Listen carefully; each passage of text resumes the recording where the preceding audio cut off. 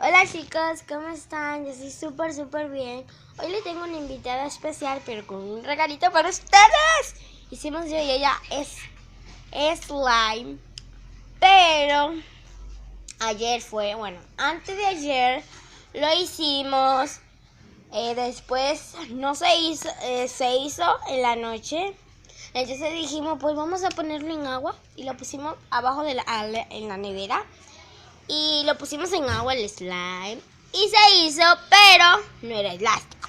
Y dijimos, pues vamos a cambiarle el agua y a ponerla en el freezer para ver si se hace elástico.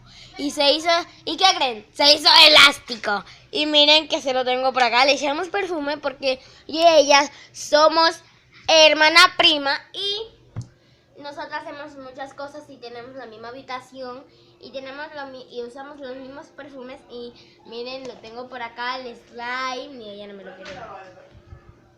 Hola amigos, yo soy Bielkis Tejera.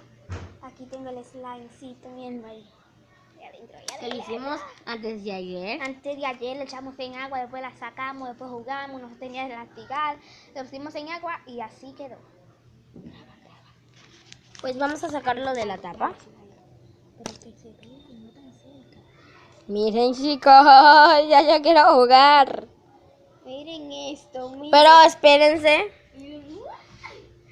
Pero quítate esa cartera. No, me gusta tener cartera. Chicos, lo que pasa es que estamos así listas. Estamos así listas porque nos vamos al catecismo. Pero es a las 3 de la tarde en verdad. Y nosotros estamos aquí jugando en la casa. ¡Uy! ¡Ey! ¡Dale! ¡Uepa! Déjame jugar un poco. Y oigan cómo explotan. Oigan cómo explote. En un momento déjame hacer que explote. Miran los trabajos que hay que hacer para que explote. Para que pueda explotar tienes que echar algo que puede tapar, Y después hacerle así. Abrirlo. Miren las estrellitas. Miren ahí. Miren las estrellitas. Yo no sé si Se ve raro. En la cámara se ve un color como... Ah, no, ya se ve bien ahí.